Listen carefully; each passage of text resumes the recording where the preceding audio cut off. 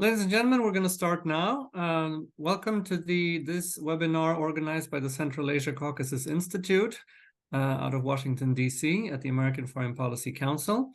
We are, as the Institute, have been working for a number of years on seeking to draw attention to the process of reform going on in several countries in the region, most notably Uzbekistan and Kazakhstan. And the idea of this event today, which is being recorded and which will be posted online for posterity, is to look into the question of the implementation of reform. The announcements of reform are easy to make. It requires only a public speech by usually a president. Whereas, in fact, what anybody who's been involved in reform work in any country knows is that the implementation of reforms is really where things get difficult, because any kind of change results in advantages for some groups and disadvantages from others. So every type of reform that is being done, as good as it may seem from the outside or even from the inside, is going to have to face hurdles, to face bureaucratic hurdles or interest groups or others who will try to water down the reforms, slow down the implementation. And obviously, we're talking in particular in this part of the world of bureaucratic bodies that have been, have traditions dating back to the Soviet era, which are resistant to reform as much as the people at the top would like things to change sometimes. It's not easy to make that happen. To speak of the reforms in this region in a broader sense, I think it's fair to say that there's a similarities. Obviously, there are differences, and we might get into these as we proceed.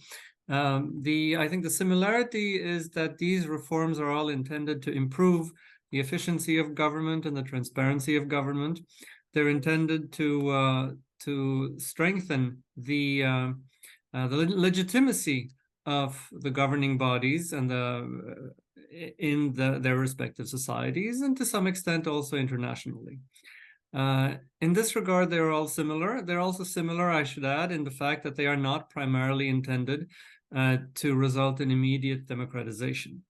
I think in our writings, and maybe I take the liberty of speaking for our speakers, we take it for granted the fact that these reforms are not intended immediately to result in democratic breakthroughs. These are gradual reforms. They are meant to change the relationship between state and society, but not perhaps as fast as many people, friends of these countries in the West, would like them to.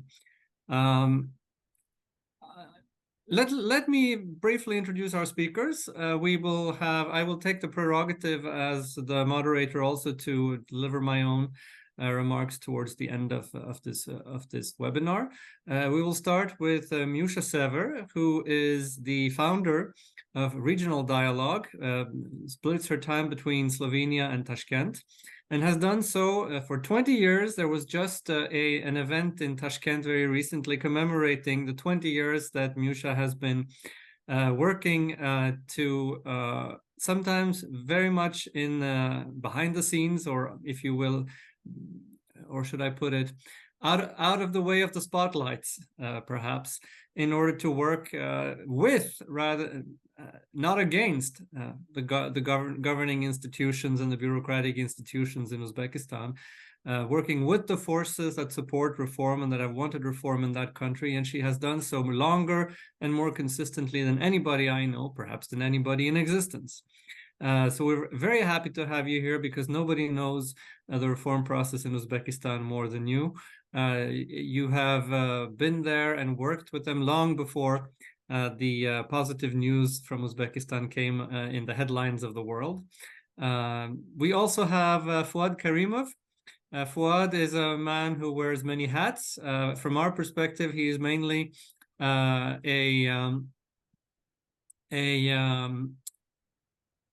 fellow, an alumnus of the Rumsfeld program, and he is also a lecturer in both the ADA University in Azerbaijan and the Oil Academy. as well as a PhD candidate at the University of Grenoble. He has many other activities in the business and consultancy sector that are so numerous that I won't go into them right now. The way we will proceed is for Mjusa to begin, and followed by Fuad and myself towards the end of the webinar. So please, Mjusa, the floor is yours. Please tell me what is happening in Uzbekistan that we're not hearing. Thank you, Svante. Yeah, I have just returned from Tashkent 2 days ago, literally. Unfortunately, a little earlier than I planned because I had an accident and broke my knee. So, but my staff and staffers are still there. Regional Dialogue, I should say, is funded by the 3 U.S. State Department bureaus, which determines our program.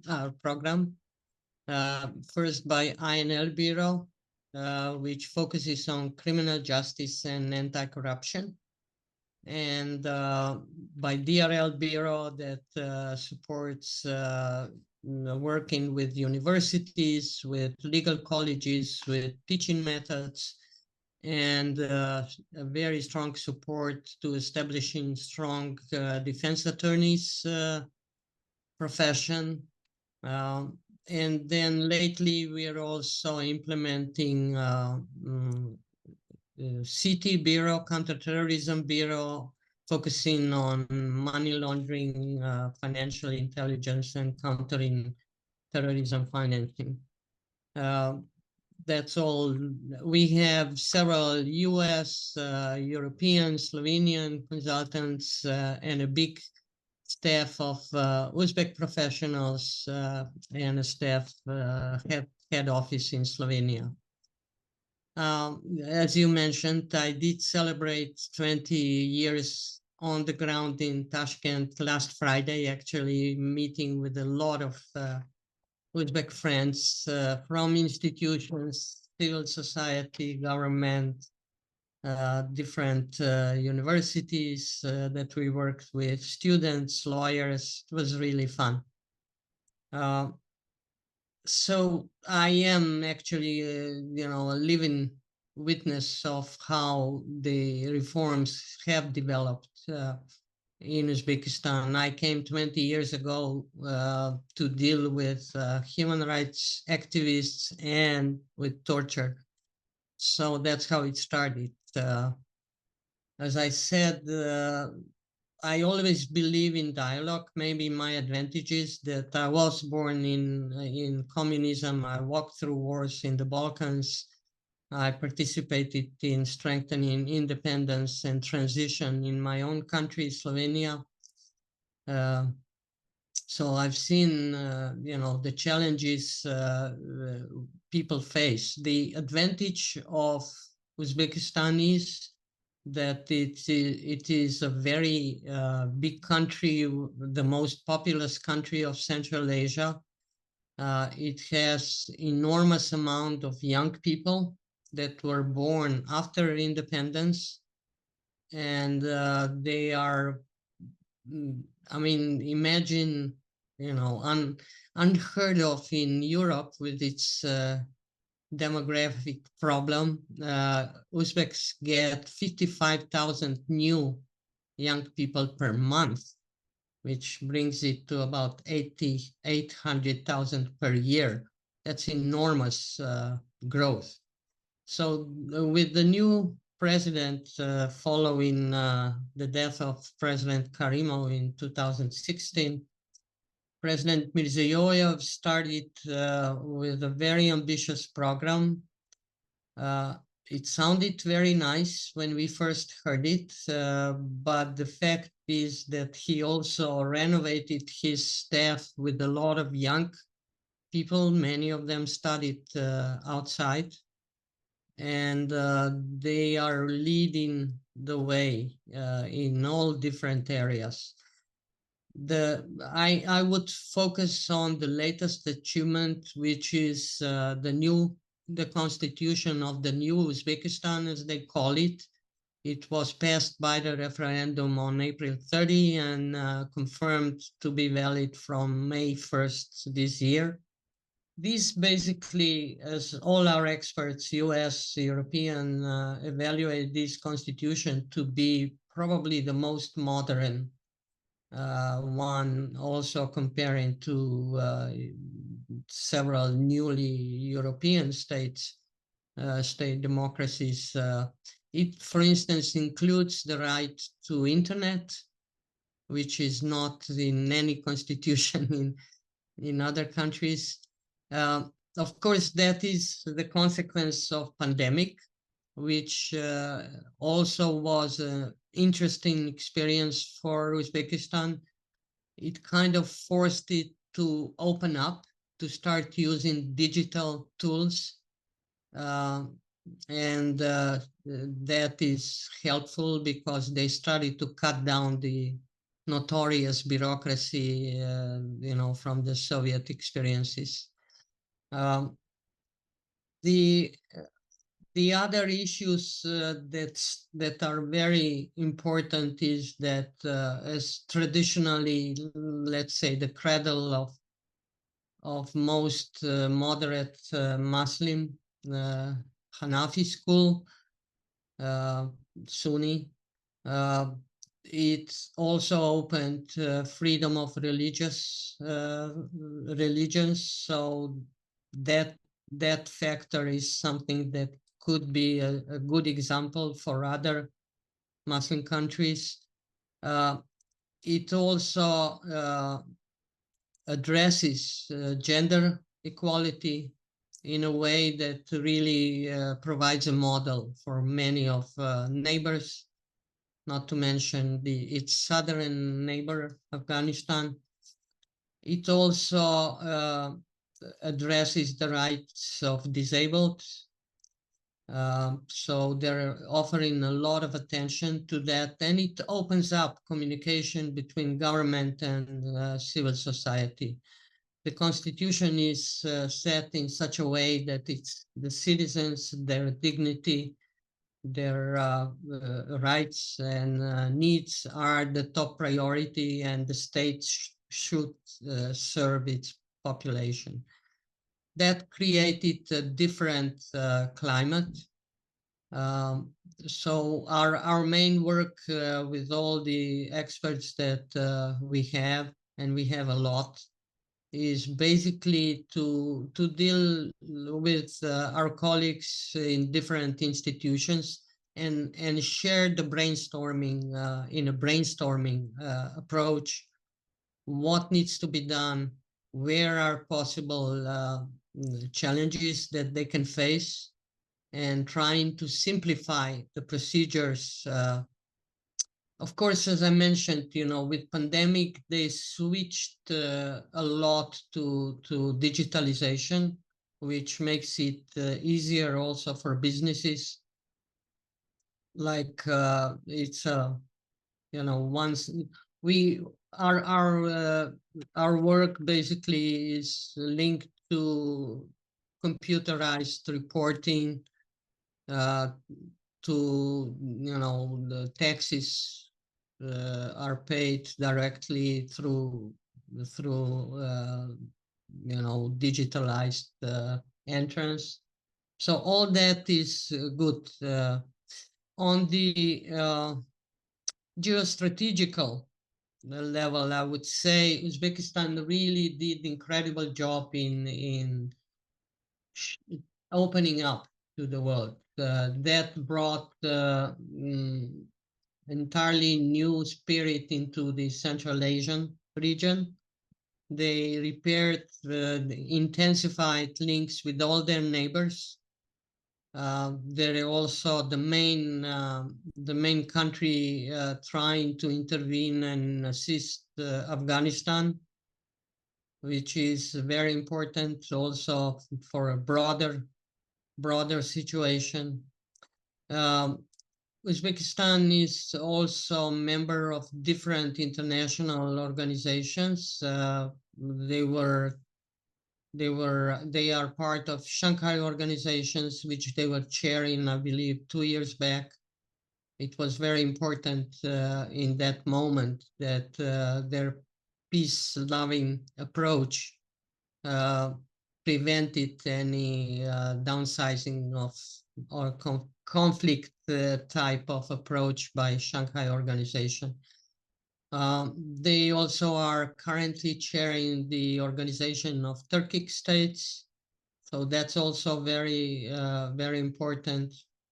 And they are very active in within the United Nations organization. On the economic, economy is not really my area, but they have done substantial changes, especially because they want to join WTO, World Trade Organization. So they're simplifying a lot of procedures. They lowered the taxes, which were enormous before. So things have become much more transparent and open. Maybe the important thing is that they are in an excellent position to try to become more internationally engaged. They had C5+1 presidential summit with the US. So they have in September, all the 5 presidents met with the US president in New York. Immediately after that, the 5 presidents met with the European Union. So they are building all these links both with the West, with the East. They have excellent relations with South Korea, with Japan, with China, and several other Asian countries. So they're even established good relations with Iran, with main Arabic countries, Saudi Arabia, Egypt, Qatar, Emirati. Of course, with the current 2 wars going on, they're trying to stay out of any direct conflict. Which is they consider themselves as a non-aligned country and are supporting peaceful political approach to any problems that they face. I think, in these challenging periods, I keep saying that they are in excellent position to eventually launch much needed dialogue among cultures and civilizations, basically. That actually Deputy Chairman of the Senate, Mr. Safoyev, and the Special Representative of Foreign Policy, Mr. Camilo, of the President, Mr. Camilo, several times mentioned already. I think the time for that is coming close in this troublesome international situation. The important thing is that, the recent conflicts, the war, all these countries mainly depended on Russia for any exports, and they now are building both with Azerbaijan relations to build another way out towards the West. So that's going really well. They're also working with Afghanistan and Pakistan to have access to the sea through the south.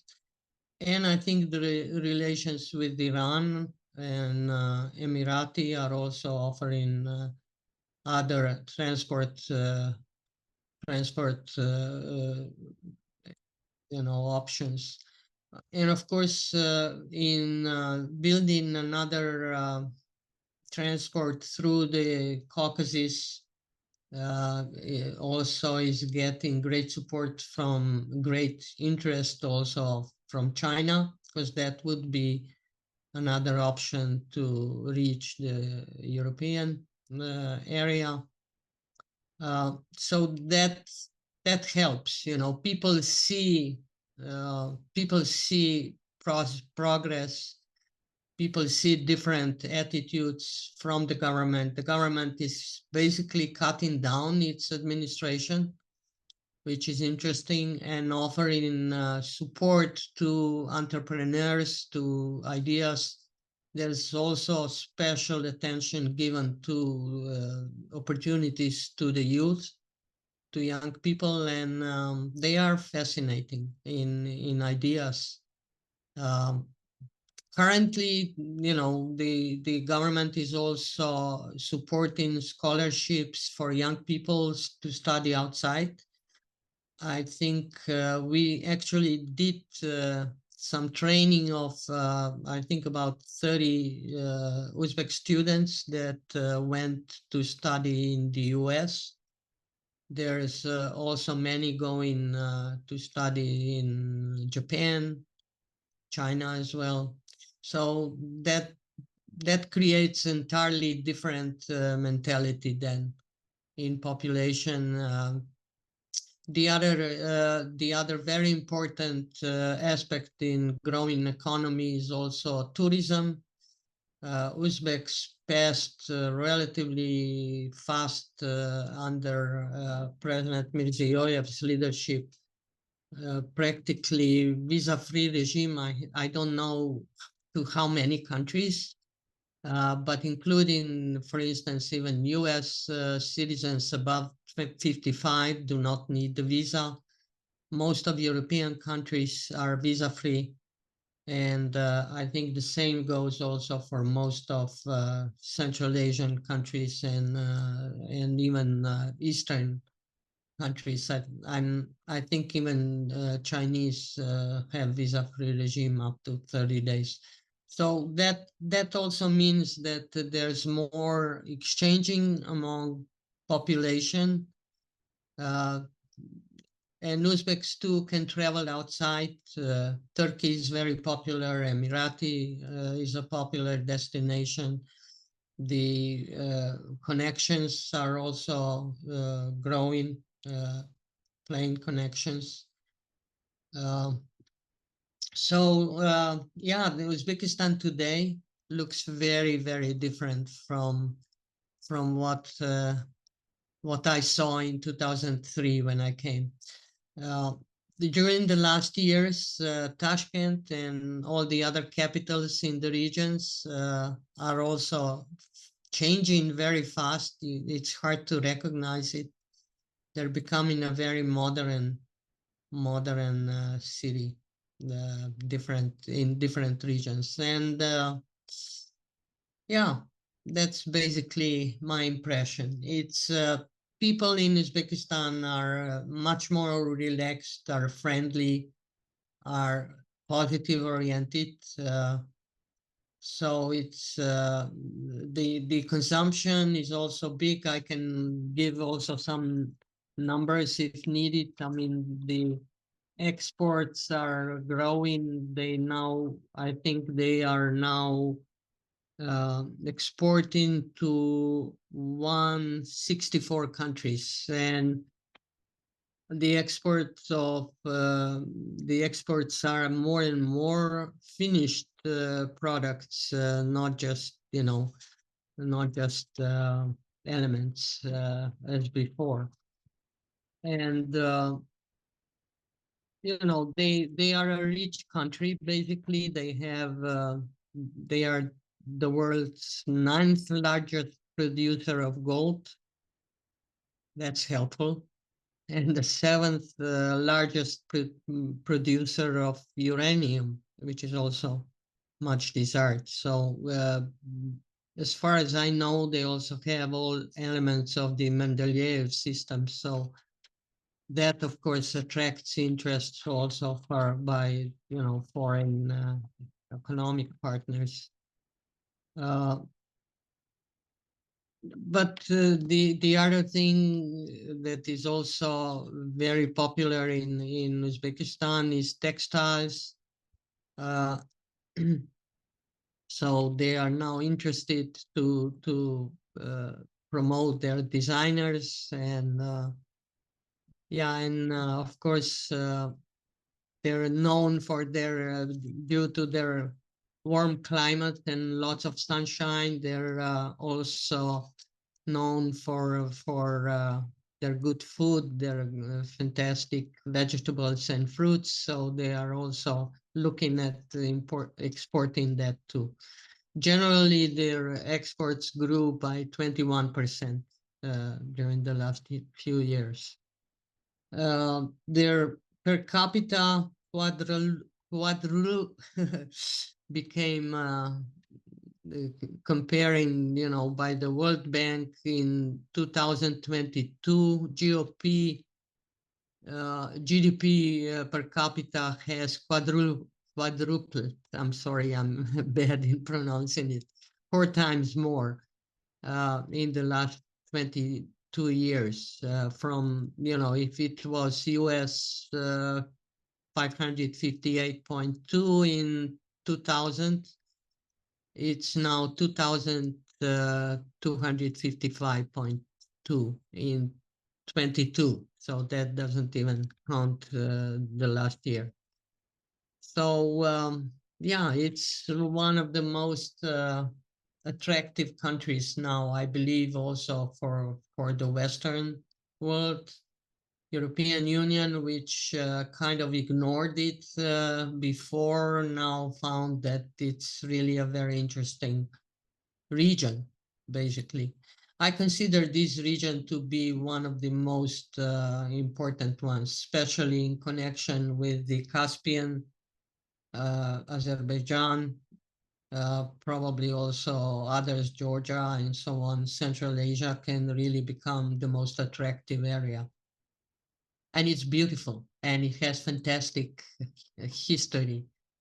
My favorite is Ulugh Observatory in Samarkand, where you can learn how the knowledge actually started in 15th century that then led to European art and everything. I mean, and astronomy and medicine and all that. We thought as Europeans that we were like the first ones. We weren't. There's a 3,000 long history in Central Asia that is fascinating. Even algorithm was invented in Khwarezm and so on. So many things that we don't know about, and that's what we can learn about in Uzbekistan. Maybe the one thing that was probably the problematic thing is corruption. The typical Soviet invention of survival. This is a very serious focus now under President Mirziyoyev's government, but also among young people, so they want their country to be, fair to all people, and not just for, a group of oligarchy. So in that, I think Uzbekistan can probably expand its experiences as a model.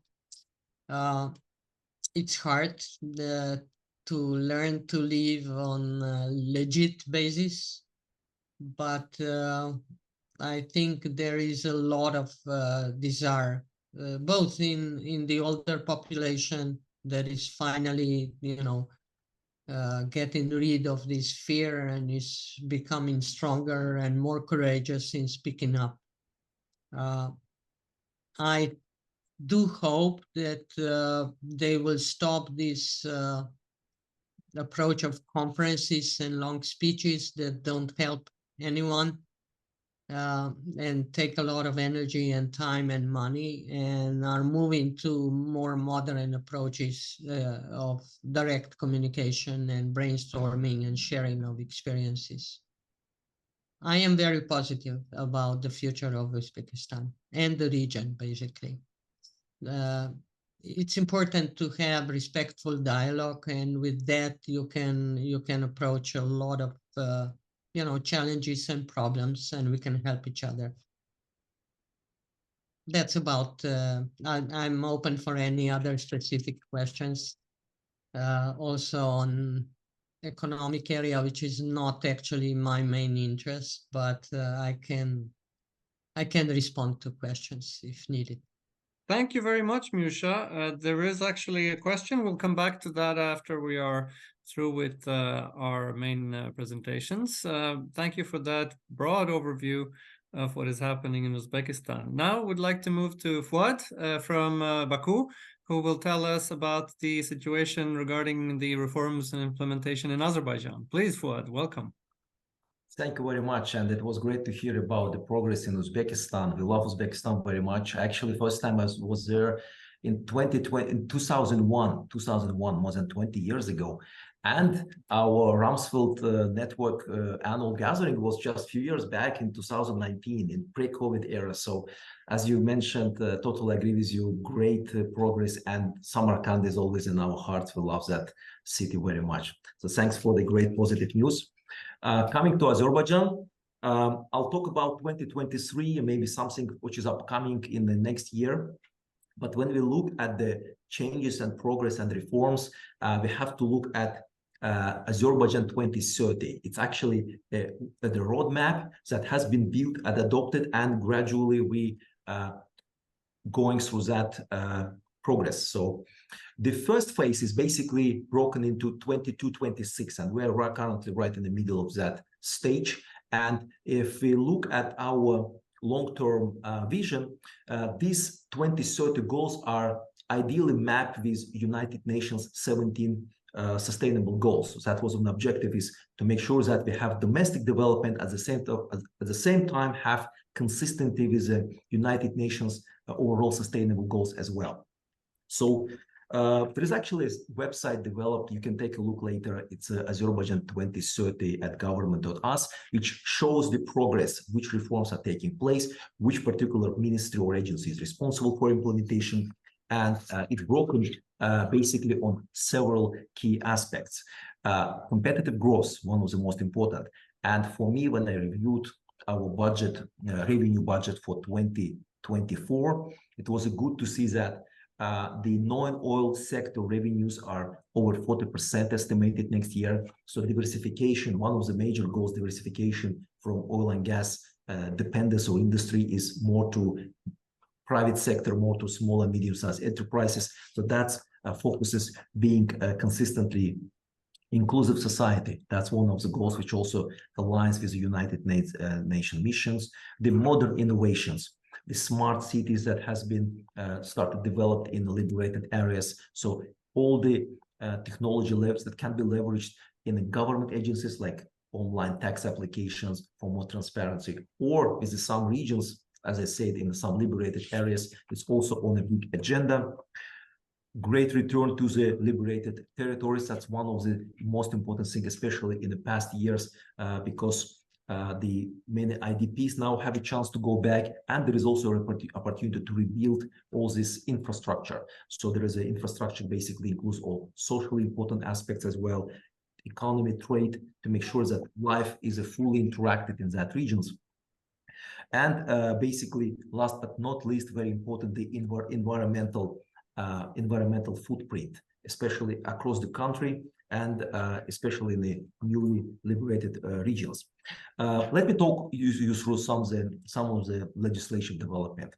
The big focus was on empowerment of the small, actually it's called micro, small and medium-sized enterprises. So the companies who get this certificate can have a certain privileges, like tax exemptions for the certain years, and there is a better definition of that now. So there was a clarification what small and medium-sized enterprise actually mean by headcount, by revenue, and what the specific exemptions they can use. In the tax authorities, there is a big improvement in the digitalization of the tax reporting, which is more transparent, and it's a better way of control, and at the same time, better way of supply of the data to the state authorities. So the as it was like 20 years ago. You don't need to go anywhere to do reporting. It's all automatically linked to your system within the companies. And there was some improvement in the tax code as well, which we announced just a week ago. For example, some tax rates decreased, like dividend tax, almost in half. Actually, it was 10%. Now it's 5%. Some companies have a loan burden, and now there is a concept of converting loan into equity. So if the company cannot handle the interest expense, the loan weight, that could be also negotiated, and that can become so like lender can become a co-owner. This practice has been passed in Western countries, but now there is also a new concept which will be adopted in Azerbaijan. Tax exemption on deposit held in manats, in national currency, for two reasons. One of them is also helps to control inflation. Maybe last year, early this year, we faced double-digit inflation. Now it's very controlled and managed, so it's in a single digit, and that's what estimated on annualized level. Estimation that if people keep their deposits in manats on a bank account and have some earnings, that particular earnings can be exempted from tax, but from the other hand, it will also hold some inflations. Some decrease in property taxes. The factoring is a very important instrument for the trade, and there was an issue historically because VAT could not be transferred under factoring arrangements. Maybe it's too technical, but I just wanted to mention that finally this solved, and the factoring instrument can be offered by financial institutions, which will also stimulate the better trade, especially among the local players. Sustainable development cannot go without agriculture, and every 3 years the government approved exemption of the agricultural industry from the taxes, and then includes property tax, profit tax, and value-added tax. We all know across the Europe and most of the post-Soviet countries. So this exemption has been approved again, and agricultural industry will be enjoying it. In fact, it's also stimulate the domestic production and food security. We have all phases issues across many countries during the COVID era, and one of the major focus in this 2030 roadmap was built on a food security, and ensures that domestic food can be sustainably supplied and in some cases even exported. Some tax deductibility been added to the financial aids. For example, if the corporation decides to transfer some of its profits to the Karabakh Revival Fund, that also especially line item where will be tax deductibility also considered, and many incentives to the institutions as they move from the cash to non-cash transactions, which is also important for better transparency of the economy. Affordable living, that was one of the agenda items, and especially the mortgage instruments have been improved in that particular aspect.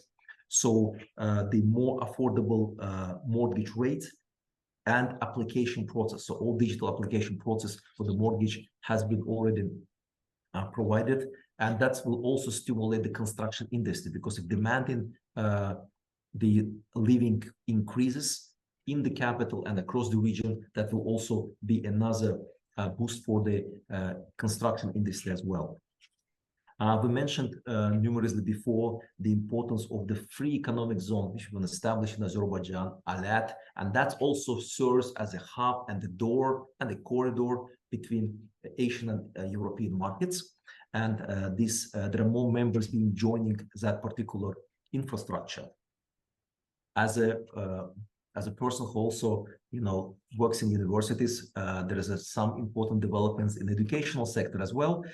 For example, if you go to the elementary schools, there is a new procedure for certification of the preschool or early years of school teachers. It's been before, but now there is improved procedure, more consistent, and number of dual degree agreements has been conducted between universities. For example, universities where I teach, like ADA University, has opened a new school for food science, which is very important, as we say it, from the sustainability perspective, from food safety perspective. This is one of the Italian universities. Another important also joint dual program with a state oil company, with a British Warwick University, which will also offer a new degrees as well. As we can see in the post-COVID era, a lot of focus around the medicine at the same time. So there is dozens of new pharmacy production units, like medicines, are being produced currently locally, to make sure that if we say any challenges similar to 2019 and 20, we can handle it domestically as well. Last but not least, as I mentioned earlier, the environment is very important, and protection of biological diversity of Azerbaijan is one of the key agenda items. Some of you have heard about this concept called Red Book. Red Book is basically includes all the precious and biological items which are need to be protected, and the new edition has been published just recently in 2023. So I think that's the key summary of the development we've been seeing now, and which some of them are still in progress. The parliament adopted a new budget for 2024. It's around 20+ billion of US dollars, if I convert it from manats. That's the estimate for the next year. Inflation, as I said, being handled now at a single digit, which is very important, because for us it's, you know, I understand on one hand, the oil prices were relatively favorable compared to the budgeted for this year, but still we need to make sure that these revenues coming from export of oil as well, the domestic growth does not increase the inflation across the region. So especially in the certain industries like construction and so on.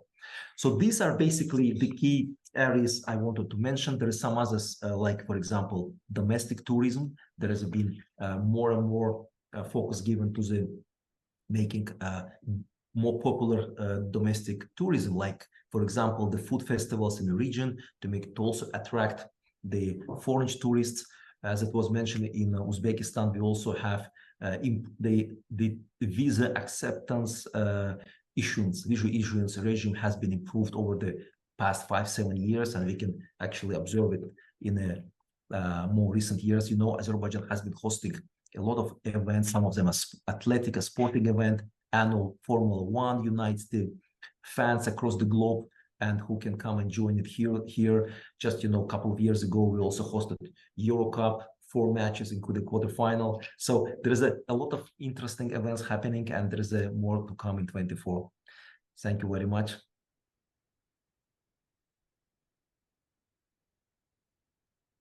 Thank you very much, Fuad. That's a very useful overview of what is happening in Azerbaijan.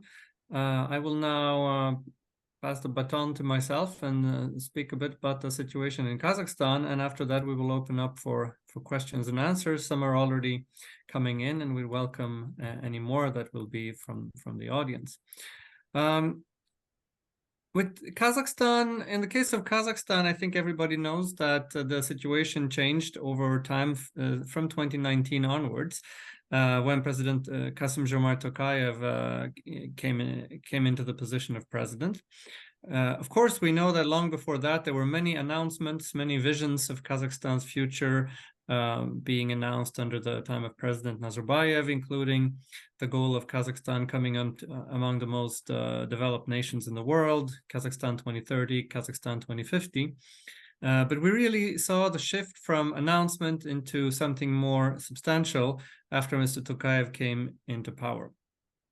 We should acknowledge that there was a curious period for 3 years of what we know as dviyovlasti, you know, of shared power, where there were the 2 positions of power, where Mr. Tokayev was the president, but the former president Nazarbayev maintained very serious positions as head of the National Security Council and of the ruling party.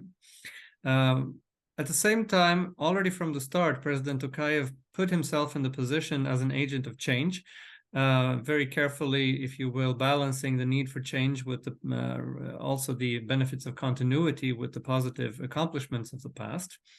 But over time, it became clear that Mr. Tokayev's ability to advance reforms was hampered by the old guard, for lack of a better term, by forces that effectually resisted reforms and watered down the reforms that were proposed by President Tokayev.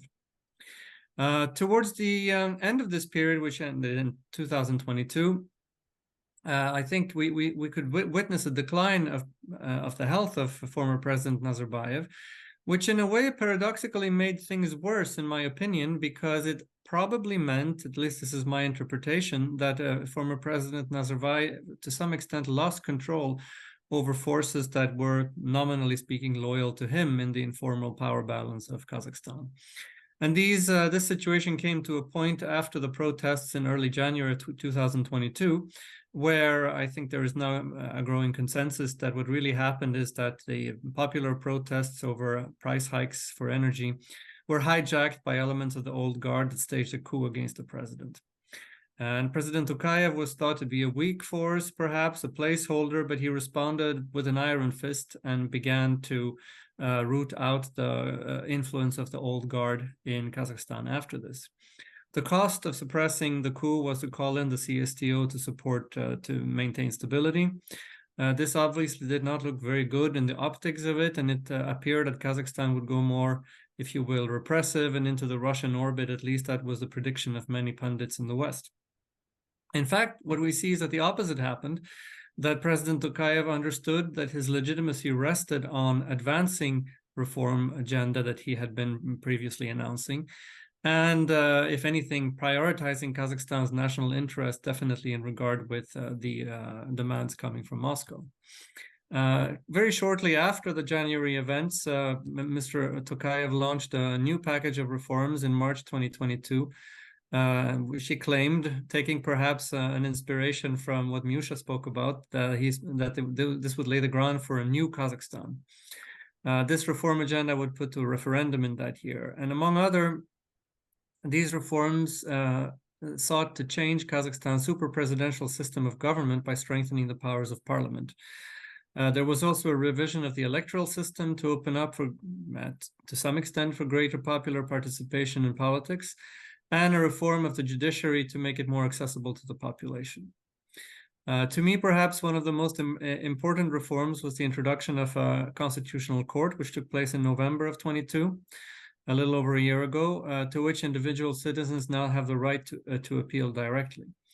Now, obviously, in such a court, you have to look at the composition of the court.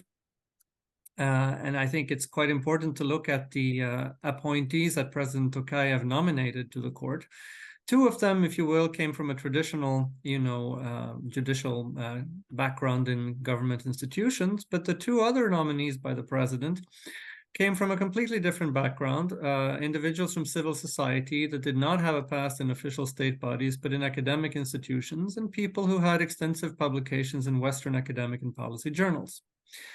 We also saw that in its first year in office, the Constitutional Court reviewed a much higher number of cases than the previous Constitutional Council would do over a similar time period. As I mentioned, there was also a series of amendments signed into law. They sought to strengthen the powers of parliament as opposed to the presidency, and also strengthen regional institutions in comparison with the central state powers. So, for example, the parliament's powers to audit the executive bodies were increased. At the same time, the president's prerogative to dismiss provincial governors was limited by these constitutional amendments. If we look at the electoral reform area, which I think is moderately significant, perhaps not as significant as some of the others, we do see two particular elements. One was the transition to electing rather than appointing rural mayors. And the second is a shift in how parliamentary elections were conducted. The shifts at the local and regional level seem to me to be the most important, because up until recently, the system of local government in Kazakhstan, as in most countries in this part of the world, was highly centralized, with power in district and rural areas being an extension of the executive system.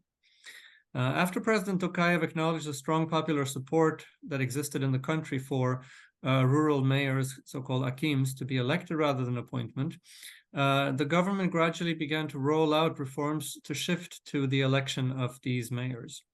By August of this year, almost 1,700 mayors of villages, settlement, and rural districts and district towns had been elected. 57% of these were new to the position, and the average age was 45 years. I don't think by any means this constitutes a shift away from the ruling party, as most of these new mayors were also members of the ruling party or affiliated with the ruling party. But there is still a rejuvenation of local government taking place, and also a gradual shift in accountability, not being only upward towards the executive bodies, but also downward, if you will, towards the inhabitants, the electorate, if you will.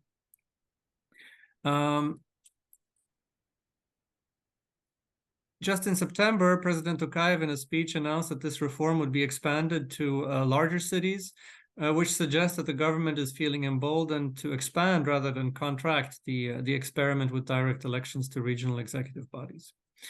I'll also briefly mention the shift that's happened in parliamentary elections with a new electoral system, where 70% of seats were allocated on proportional party lists and the remainder 30% in single-member districts. The threshold to parliament had been reduced to 5%, and it became much easier to start and create new political parties. Obviously, we're still talking about a system where there is a distinction made between, if you will, loyal opposition parties and the so-called radical opposition parties, where the political system has been, if you will, expanded to include a larger proportion of loyal opposition, whereas the radical opposition, which is led by figures from abroad, mainly still remains basically outside of the political system. And this time, 5 parties, aside from the ruling party, gained representation by winning between 5 and 11% of the vote. The ruling party had 54%, which is a considerable decline from what it is in the past. But obviously, it should be noted that the ruling party swept the majority of the single-member constituencies, and thus it ended up with a comfortable majority in parliament. If we move to the area of transparency and anti-corruption policy, the government announced only very shortly in February 22, after the January bloody events of January, a new anti-corruption policy with measurable targets that the government aims to reach by 2026. And significantly, these are not arbitrary criteria set by the government itself, but depend on the scoring of international government as well as non-governmental entities. So, for example, Kazakhstan aims to obtain 47 points on Transparency International's Corruption Perceptions Index. The score was 36 last year. It aimed to reach the 74th percentile on the World Bank Government Effectiveness Index. Last year was 58. And more ambitiously, perhaps, it sought to reach the 57th percentile in terms of the World Bank's Index for Voice and Accountability, where it only ranks right now at the 19th. So these are clearly very observable criteria that the government cannot really influence. So it'll be interesting to see how they are able to progress on that. Obviously, there is a well-known initiative that was taken to address corruption in the aftermath of the January 22 events, and that was the effort to recover illegally acquired assets that were invested abroad. I think this was in great part a response to the anger in society at the massive resources that very small elements of the elite had appropriated since independence and stashed away in foreign destinations. And in recovering these stolen assets, Kazakhstan has partnered with the UN Office on Drugs and Crime, as well as the World Bank Stolen Assets Recovery Initiative. These institutions both helped Kazakhstan with best practices and facilitated contacts with authorities in offshore jurisdictions. And the government also announced the creation of a special agency to deal with asset recovery and a specific law on the return of illegally acquired assets to the state. And this is intended to channel recovered assets to a special state fund that is earmarked for the financing of socioeconomic projects like schools and hospitals. So the takeaway, I think, from what is happening in Kazakhstan is that at a time of growing security threats, given the Russian reaction to Kazakhstan's decision not to endorse the Russian war in Ukraine, President Tokayev has doubled down on his determination to pursue reforms. As I said in the beginning of this session, it is easier to announce reforms than to implement them. And the task of implementing the many initiatives that have been launched will take many years until the full results are visible. But it is already clear that there is a gradual change taking place to the form of government and to the relationship between state and society in Kazakhstan. And in other words, President Tokayev has placed his bet on meeting the growing demand for change in society through this combination of efforts that I've already mentioned, the shifting of the logic of state institution, very cautiously open up for political voice in a controlled way, recovering stolen assets and expanding state spending on socioeconomic investments. Taken together, the government's objective is to provide sufficient investment in the future and sufficient change in current state institutions to ensure that the government's legitimacy is strengthened in society, and in order to manage, if you will, the gradual increase over the past few years in popular protests in Kazakhstan against a whole variety of political, economic, and social issues. Obviously, the objective is to drive such change while retaining overall control of the political system. And I think in Kazakhstan, as in many parts of this region, there's definitely an aim to avoid a situation where unrest, let alone revolution, emerges, which affected countries like Georgia, Kyrgyzstan, Moldova, or Ukraine, and which opened up for foreign actors to benefit from the situation and undermine the progress of these countries. So maintaining a controlled pace of change is definitely something that the Kazakh authorities are still seeking to do. And only time will tell whether this bet placed by President Tokayev will succeed. With that, I'd like to open up to questions, to comments, and I think there's already a first one by a member of the audience who is asking Mjusa Sever about her assessment of the state of implementation of key rule and law and political reforms. Mjusa, if you'd like to comment on this and on anything you heard from us, please go ahead.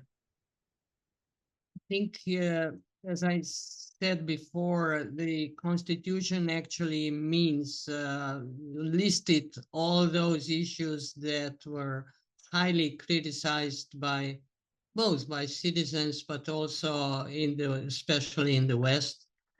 I consider the most important ones are this separation of powers, meaning that both executive, parliamentary, and especially judiciary will be separated.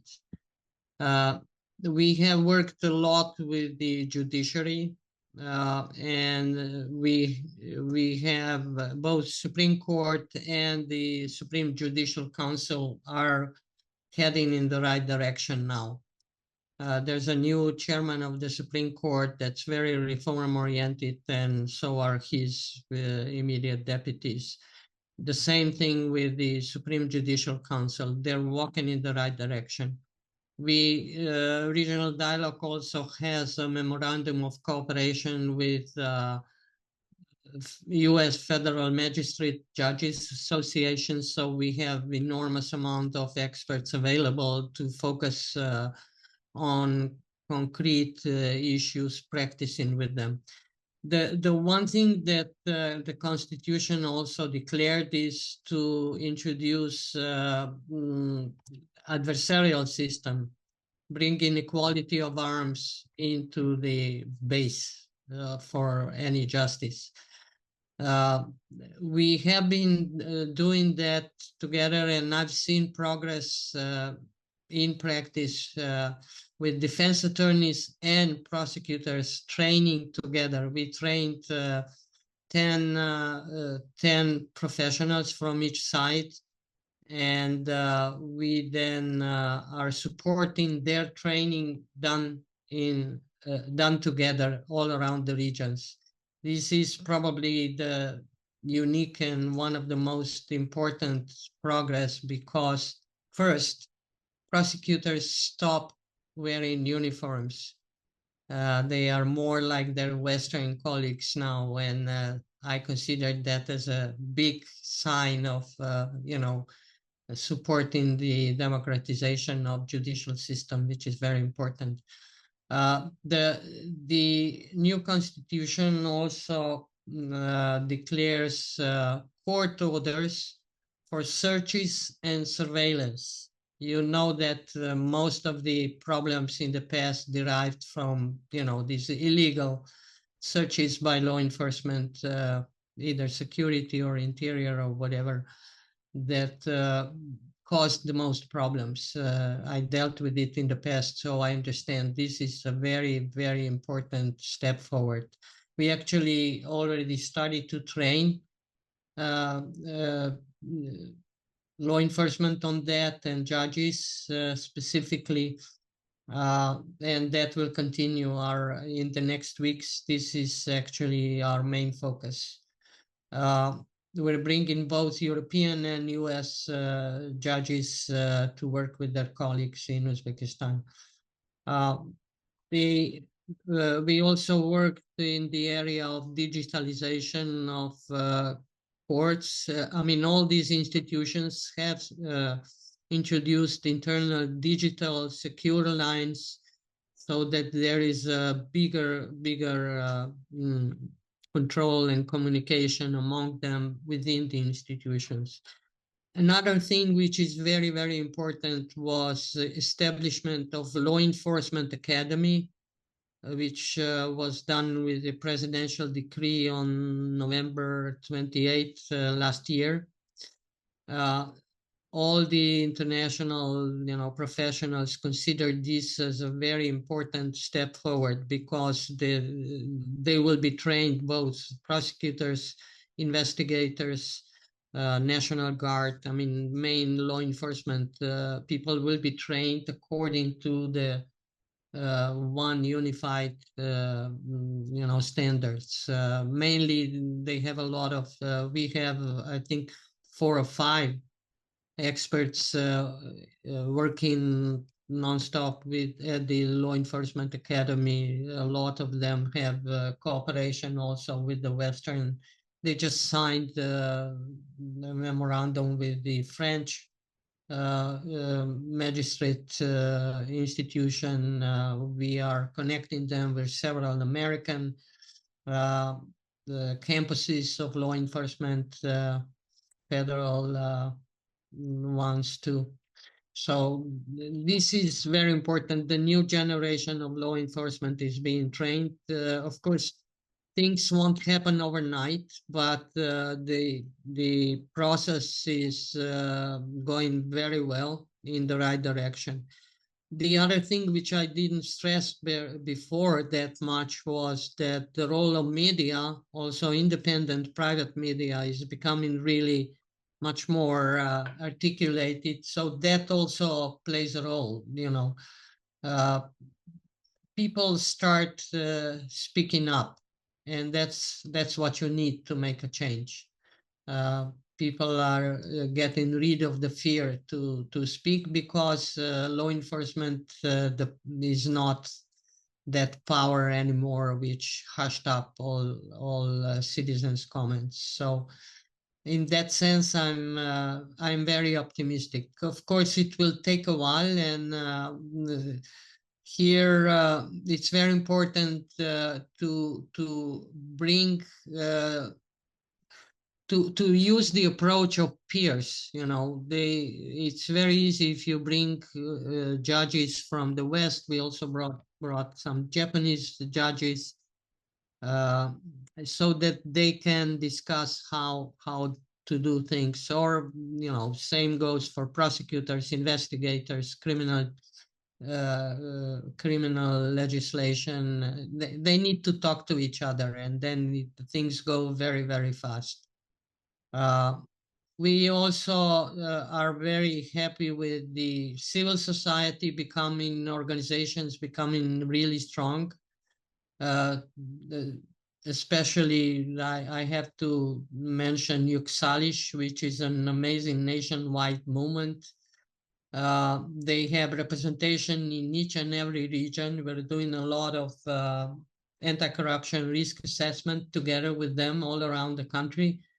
And if they were so-called Gongo, government funded in the beginning, which was a smart approach used by the President Mirziyoyev's leadership, they are now 70% funded by other donors. So that is positive.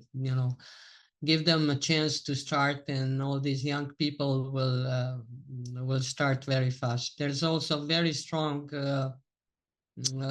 movement of female gender organizations that actually do, women see a lot of things that men sometimes don't consider important, but are crucial for a normal development of society. So the fight against domestic violence, it's a traditionally patriarchal system, male-dominated system, that is changing too. Uzbekistan has a lot of very smart, well-educated women, and they are pushing forward. So they are also addressing things that women and children, where women and children need to be properly protected. And we were just discussing to one of the smartest female professors that came out of Tashkent Law University. She's going to train prosecutors and investigators how to deal with domestic violence as a woman, understanding this is more than just something that should be hushed up. So these are I think the rule of law in Uzbekistan is becoming a real transitional rule of law. It's no more telephone type of judgments. It's becoming real, and people are very committed to do it in the right direction. Also, we know from Supreme Judicial Council has established digital communication with judges that can complain if they are under any pressure from anyone. And I know that at least three complaints have resulted in a criminal trial after that, when judges were pressed. Of course, corruption has been part of this, judicial system, which is now also equally looked at and focused on. So my prediction is it's going in the right direction. It doesn't mean that everybody is changed, but the leading institutions have the right leadership and commitment to go in the right direction. It's much easier also for foreign investments. The commercial law will be part of separate system. They will even use Anglo-Saxon system for when international investors are concerned. That was one of the big issues before. So they found some kind of solution that's also being confirmed by the World Bank and by international regulations. Yeah, there's a lot also going on in trying to be more careful on the environmental issues. As Fuad also said, this is very, very big focus also in Uzbekistan.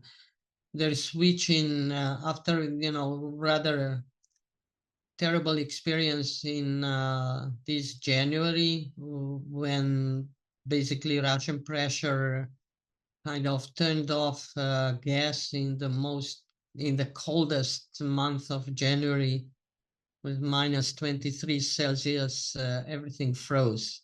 The Uzbeks are now looking with the help of Saudi Arabia to start using their fantastic sun and switch to other options how to produce energy, not depend on any blackmailing. that Uzbeks are also using their mahalas and in different institutions to plant trees. This is becoming very popular. I am hoping that they will start separating the garbage too, because that too is very important. And the one problem that is of high concern is water, especially since Afghanistan started to build canals which could endanger provision of water for Uzbekistan and Turkmenistan. So that is something that politicians are talking to each other. Uzbekistan is very active in trying to, to talk to Afghans to stop, but it's of course a complicated situation. The lower positioned countries like Uzbekistan and Turkmenistan depend on their neighbors for water, but they can offer other benefits to their neighbors. So we hope that these talks will continue in the right direction. Thank you, Mjusa. We have a question for Fuad. It seems that's a little bit outside our focus, but I'll allow it anyway. It's about Azerbaijan's relationships with China and with Turkey and how that is changing. Perhaps, I mean, with Turkey we know, but the Azerbaijani relationship with China has been a little bit more puzzling. Many countries have allowed China into their economies, into their infrastructure. Azerbaijan so far has been very careful in this respect. Fuad, perhaps you could elaborate how this relates to the government's own agenda in terms of both infrastructure and reform. Yes, thank you very much. So in general, like if you look at the most recent trends, our Minister of Economy paid a visit to China early this year. There was meetings with the business communities, and the Chinese businessmen were invited to come and participate in the project to redevelop, rebuild the liberated areas. And actually since 2021, historically there were not too many businesses, but since 2021 there are many Chinese companies who participated, especially using their advanced technologies to build smart cities in regions of Karabakh right now. And apart from that, we mentioned earlier the free economic zone, the port, the Alat zone. And if you look at the increase of the volumes of the cargo shipped from China westward, so that's basically is also indicators of our growing trade relationship with China. So it's actually also shows the success of the Belt Road project. So of course, politically speaking, Azerbaijan always supported the One China policy, as well as China always supported the territorial integrity of Azerbaijan. So in brief, that's how I would summarize. With Turkish, obviously, we've been great partners and neighbors, and we share the border for many years, especially like on the different projects. Some of them go back, like Baku-Tbilisi-Ceyhan, the TANAP project, the STAR, which is opening of the oil refinery in Izmir in Turkey, the railroad also through Baku-Tbilisi cars. So there are many projects successfully implemented if we talk about the economic side of our relationship with Turkey. Thanks. Thank you very much. Do you have any? I'm sorry, Fuad. Please go ahead. Yeah, there was also a question, I think, yes, about Kazakhstan, but I wanted to mention that just last month, Mr. President Tokayev, President of Kazakhstan, was paid also a visit to Azerbaijan. I think that was very productive, and our partner and the trade partner in Central Asia, Kazakhstan, our relationship are now growing, and the next target is $1 billion. $1 billion turnover is expected in the soonest future. So since it's mentioned here, I will also touch base on that. It was a great summit just a couple of weeks back, and I think it's one of the great indicators of our relationship. I can add to that by mentioning that I think what we've seen over the past year, maybe 2 years, a year and a half at least, is a very, it's like, a car is driving and you change gears. I think it's what's happened in the relationships between several of the countries in the region. And we've seen it particularly among the middle powers that I call them, Azerbaijan, Kazakhstan, and Uzbekistan, the countries we're talking about here. Which have developed an interaction and a cooperation on economic and transport, and I think increasingly also security matters that is completely different from what we had in the past. Obviously, this is driven by the changes in the region. We see Turkey emerging as a more credible security partner and also an economic partner, much more engaged in the region, and obviously it showed its ability to very much affect the situation on the ground when it endorsed Azerbaijan's efforts to restore its territorial integrity. But we also see, you mentioned the Kazakhstan-Azerbaijani relationship. There is also rapidly growing relationship between Uzbekistan and Azerbaijan. We actually had an event in Washington just several weeks ago on this, where both ambassadors spoke about this, and they emphasize that there is no limit to this cooperation, mentioning the visit by the Azerbaijani defense minister in Tashkent. And just recently, we heard the president of Azerbaijan speak about the importance of upgrading defense and security relations between Turkic states, between the countries in the region, in the face as the most, I think he called it the most fruitful way to build security in a very insecure geopolitical environment. So there's definitely a lot happening in the region, and that's not only on the domestic front, which is our main effort today, but it's very much connected to what's happening on a regional level, where countries are cooperating in a way that they have not been before. And I should add that these things are connected. On the one hand, if you are finding that it's important to develop regional cooperation, that also means that certain ways of doing business in the past can no longer be sustained. For example, the monopolies that existed in the economic field made it very difficult for trade and transport to flourish between countries in Central Asia and the Caucasus. And if you want to develop regional cooperation, you can only succeed with this if you engage in internal reform that reduces or eliminates these monopolies and these hindrances, these obstacles to trade. Perhaps any of you would like to comment or add anything to that? Well, one thing that we notice is that both Kazakhstan and Uzbekistan, but also especially in Uzbekistan, there's a lot of effort to do regional training, educational, to do it in a regional manner. Of course, it's a little harder because all the donors have not switched to that yet. I mean, they are talking about C5+1, or Europeans talking about the region as a whole. That's what people on the ground actually would like to try to take Central Asia as a region and start approaching it this way. I think this is probably important area, and that includes also the Caucasus, Azerbaijan, Georgia, possibly also Armenia. I see this is now calming down, the exchanges of soldiers and all that.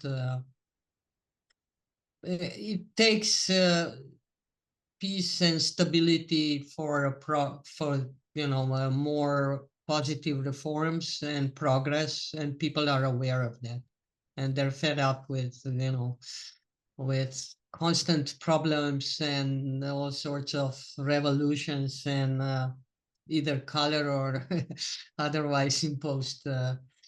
So in that sense, they will be a little prudent to jump very radically into any novelties, but generally they are, it's a Mahala-based system, which means that communities try to keep stability and peace and that has become a precious thing too in this troublesome world.